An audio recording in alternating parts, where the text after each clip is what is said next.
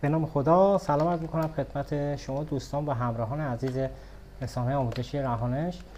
تو این سری از آموزش‌ها قصد داریم نحوه اتصال به سرورهای VPN رو از طریق سیستم عامل ویندوز و لینوکس بگیم بهتون به چه صورته و اینکه ما تو این قسمت قصد داریم از طریق SSH به سرورهای VPN متصل بشیم و توی سیستم عاملمون به عنوان یک کانال لوپبک به صورت داخلی ازش استفاده کنیم برای کانکشنمون. خب برای این کار ما لازمه که حالا من یک سری سایت ها رو لیست کردم که اینجا به شما سرورهای SSH رایگان 7 روزه تا 1 ماه رو میده که این سایت ها رو خیلی راحت میتونید اینجا باز کنید. من چند تاشو اینجا لیست کردم و یه سری هم سایت هستش که لازم شما اول VPN رو باز کنید، یک VPNی داشته باشید که بتونید وارد این سایت بشید که بتونید اینجا سرور ایجاد کنید. ولی خب این سایت های که اینجا آوردم اینا به صورت نامحدود باز هستش، مشکلی نداره. خب یکی از این سایت ها به این شکلیه، من اینجا چند تاشو باز کردم. شما میایید سرور قسمت SSH رو انتخاب میکنید و سرویسی که خالی داشته باشه، سروری که اوکی باشه رو میتونید انتخاب کنید و یه سری مشخصات هم گذاشته، مثلا برای 3 روز هست و یا سایت دیگر رو من اینجا باز کنم. اینجا هم به همین شکل لیست کشورهایی که براشون سرویس داره رو گذاشته اینجا و مشخصه که این الان صفر یعنی پر شده. اونایی که حالا خالی هست رو شما انتخاب کنید. من توی یکی از این سایت ها اومدم، حالا اون سرور رو شما بزنید، یه مراحلش مشخصه. یه اکانت یه نام میدید، یوزرنیم و یه پسورد ست میکنید، به شما به این شکل سرویس رو میده که این سرورش هست و اینم که یوزرنیم و اینم پسورد. پورتش هم که کشور همون 22 یا سایت دیگرم به همین شکل که من اینجا یه سرور دیگه هم گرفتم و میخوام یکی از اینا رو با هم تست کنیم چه صورت باید از اینا استفاده کنیم. خب من توی این یکی سایت اولین کاری که میکنم توی CMD میرم توی CMD و میزنم پینگ. خب IP این سیستم رو من اوکی میکنم، کپی میکنم، میام یه فایل نوتپد باز میکنم و اینو اینجا نگه میدارم. خب مرحله بعدی یوزرنیممون هست که به این شکل نوشته. من میام اینا میذارم ابتدای این IP و یه ادساین میذارم که این یوزر به این سرور میخواد وصل بشه. حالا دستوری که قرار من توی CMD به صورت SSH باش متصل بشم، توی ویندوز 10 شما لازمه که قبل اینکه این کار انجام بدید بسته SSH کلاینت رو شما نصب داشته باشید. ولی توی ویندوز 11 که پیش‌فرض هست، توی لینوکس هم که خودش داره، حالا بعد ویندوز قراره راجع به لینوکس هم صحبت کنیم. خب توی قسمت استار شما اگر سرچ کنید اپ، قسمت ستینگ میاد یا ستینگ هم تایپ کنید اینجا میاد. توی این قسمت اپ و فیچر اینو کلیک میکنید، این قسمت میاد و تو اینجا هم آپشنال فیچر رو انتخاب میکنید. بعد قسمت اد فیچر میایم اینجا سرچ میکنیم اوپن SSH کلاینت. چون من قبلا اینجا نصب کردم دیگه توی لیست برای من نمیاره، شما اینو پیدا میکنید، تیکشو میزنید اینستال و به این شکل این پایین اضافه میشه. چون از قبل نصب کردم، چون فقط برای کلاینتش رو بگیرید، نیاز به سرور نیست، همین کلاینت کافیه. بعد که نصب شد شما میاید CMD تون رو اجرا میکنید، برای اینکه مطمئن بشید نصب هست میاید میزنید SSH version که اینجا مشخصات خب معلوم که این اجرا هستش و اوکیه. و الان کاری که من باید انجام بدم، یه صفحه رو پاک کنم، میام مینویسم که SSH پورتی که به من داده بود تو اینجا پورت 22 بود. پس من دستوری که باید بنویسم SSH-P-N بزرگ و دی بزرگ فاصله.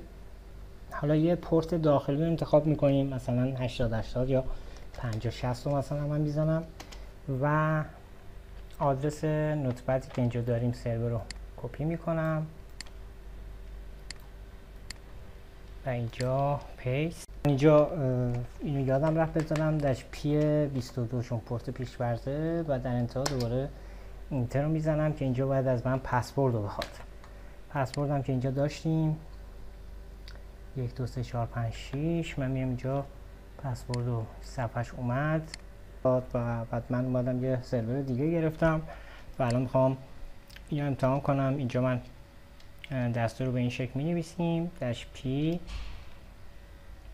پورت 22 پی کوچیک باید باشه و داش ان بزرگ دی بزرگ. حالا اینم گفتیم یه پورت و اینجا هم که یوزر و آدرس سرور SSH مون. خب من این درخواست رو ارسال میکنم، منتظر میمونم. خب این پورتش 22 نیست، پیش‌ورد نیست، 4450. این برای شما ممکنه همون 22 باشه. این پورت چیزیه که شما باید تغییر بدین. خب بعد اینجا از من پسورد سرور رو میخواد که من تایپ میکنم. خب بعد اینکه پسورد درست باشه چشمک زن کورسورتون به این شکل در میاد، یعنی دیگه الان ارتباط برقرار. من اینو مینیمایز میکنم برای اینکه تستمو بخوام انجام بدم. میرم تو تلگرام و اینجا یک پراکسی تانلی که برامون ایجاد میکنه از نوع پراکسی هستش به صورت ساکسه که حالا ما بخوایم تمام تونل رو از اینجا انتقال بدیم. این الان میخوام بهتون بگم به چه صورت. خب برای تلگرام مثلا ما اومدیم یک لوکال آی پی زدیم، لوپ بکمونه و پورتش هم یه 5060 گذاشتیم و اینو من سیو کنم.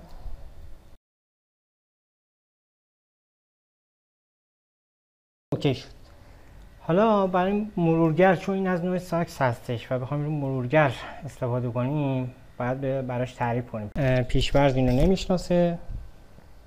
خب برای این کار توی مرورگر کروم به این شکل عمل میکنید که شما یکی از راهاش اینه که برید یکی از افزونه ها رو نصب کنید. یکی از افزونه ها که من جا قبلا نصب کردم، شما تو قسمت اکستنشن برید،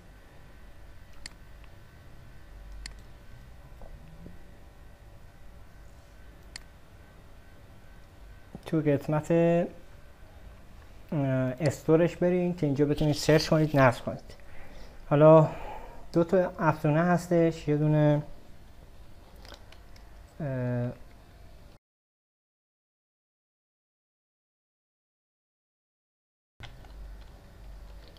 سویچی اومگا، اینو شما میتونید نصب کنید که من از قبل نصب کردم.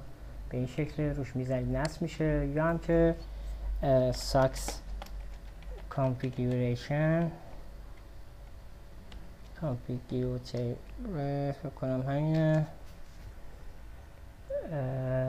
که من اینجا نصب کردم. اینجا اینهاش. حالا ما با این یکی کار میکنیم، این دوتا رو میتونید نصب کنید. اونم اینجاست، اسمشون رو اینجا پیدا کنم. ایناش ساکس کانفیگور رو که من بزنم این صفحه میاد و بعد من اینو میتونم روشن کنم و این آی پی رو داخلش قرار بدم و سیو که بزنم دیگه الان سایت ها راحت برامون باز میشن. من تست. خب ببینید خیلی راحت سایتش باز شد. یا فیسبوک. خب این به این شکل پس ما اومدیم تبدیلش کردیم. یه راه دیگه هم بدون افزونه اینه که شما حالا اون روش دیگه نگم طولانیه، تو اینجا نوشتم رو انتهای این صفحه آوردم که شما مثلا فایل شورتکات گوگل کرومتون رو دسکتاپ یا هر جا هست روش راست کلیک کنید، پروپرتیز قسمت تارگتش انتهای این جمله‌ای که آدرس همین فایل اجرایی کروم هست میزنید داش داش یوزر دیتا. این لاین رو کپی میکنید انتهاش میذارید که از این بعد دیگه اون کروم اگر اجرا کردید دیگه ساکس خودش روش رام باشه که به این شکل میزنید رو این پورتی که ما حالا 5060 گذاشتیم. روش دیگهش از طریق حالا برنامه پاتی هست که برای اتصال به سرور هست که خیلیاتون استفاده کردین اگر با سرور سرکار داشته باشین، سرورهای لینوکسی. اینجا شما آی پی تون رو قرار میدین و اینجا اگه پورتی که داشت 22 هست پیش‌فرض اینو میذارید و بعد میایید تو قسمت کانکشن SSH و قسمت تونل SSH قسمت تونل. اینجا اون پورت داینامیکس رو قرار میدید که من اینجا 5060 گذاشته بودم و از نوع داینامیک بود. این داینامیک رو انتخاب میکنید، 5060 مینویسید، ادو میزنید، اینجا اضافه میشه و بعد اوپن میکنید. اگر اینجا آی پی خالی گذاشته باشید که اونجا باید یوزرنیم و مرحله بعد پسورد. بعد اینکه اجرا شد شما میتونید دیگه پارتی رو مینیمایز کنید و به همین شکل تو این سیستم ازش استفاده کنید. و این بس شد روش هایی که برای ویندوز استفاده میشه. حالا تو فایرفاکس هم به همین شکله. تو فایرفاکس بذار من فایرفاکس هم بگم، اونایی که فایرفاکس استفاده میکنن دیگه نیاز به افزونه هم نیست، بهتون بگیم به چه شکل. تو فایرفاکس هم به همین شکلی که شما از این منوی همبرگری میایید تو قسمت آپشن یا اینجا حالا ستینگ داره، میایم پایینتر گزینه نتورک ستینگ رو پیدا میکنین، تو این یه ذره اسکرول میکنید بیاید پایین، نتورک ستینگ اینجا هستش. این ستینگ رو میزنین و اینو قسمتش رو منوال میذارید که دستی بخوایم پر کنیم و اینجا هم آدرس رو به صورت لوکال می نویسیم، لوپبک میذاریم و اینم که پورت 5060 و من اینو اوکی میکنم. خب الان یه مرورگر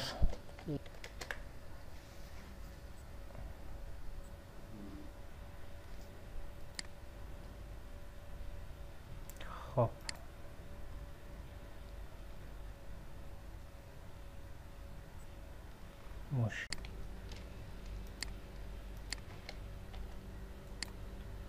اوکی اینم باز شد. پس تا اینجا اوکی شد، متوجه شدید چجوری حالا میمونه. یه چیز دیگه ای که ذهنم میاد، شما یه موقع هستش یه سری اپلیکیشن های دیگه مثل خود اپ اینستاگرام توی سیستمتون نصبی دارید، نه از طریق مرورگر. ما حالا برای تلگرام رو گفتیم که اونجا اومدیم آی پی لوپبک رو گذاشتیم به اون پورت و خب اپلیکیشن مثل اینستاگرام یا واتساپ این قابلیت رو ندارن. شما از برنامه‌ای مثل نیکوری میتونید استفاده کنید. اینجا بیاین شما یک از بخش سرور یه نیو پروفایل و یه اسم براش میدیم حالا و اینم که آی پی لوپبک و اینم میذاریم 5060 به همین شکل اوکی میکنیم و این بار من اینو که اجرا کنم بایستی تیک این گزینه رو بزنم. اینجا مقدارش هم رفت، این تعداد ترافیکمون مصرف شد، اینجا مقداری نشون میداد که برقرار بود ارتباط. من یه بار دیگه تست کنم که مطمئن بشیم.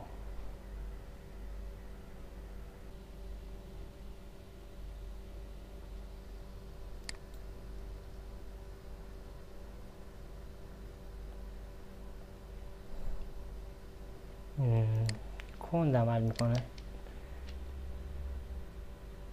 آره همین برای مرورگر شما از همون روش استفاده کنید که سرعتش بهتره. این نکته فقط موقعی که اپلیکیشنی داخلی چیزی داشتیم. خب من اینو هم میبندم. پس این روشم تا اینجا اوکی شد. بعد ادامه مطلب رو میریم برای لینوکس توی ویدیوی بعد. با ما همراه باشید.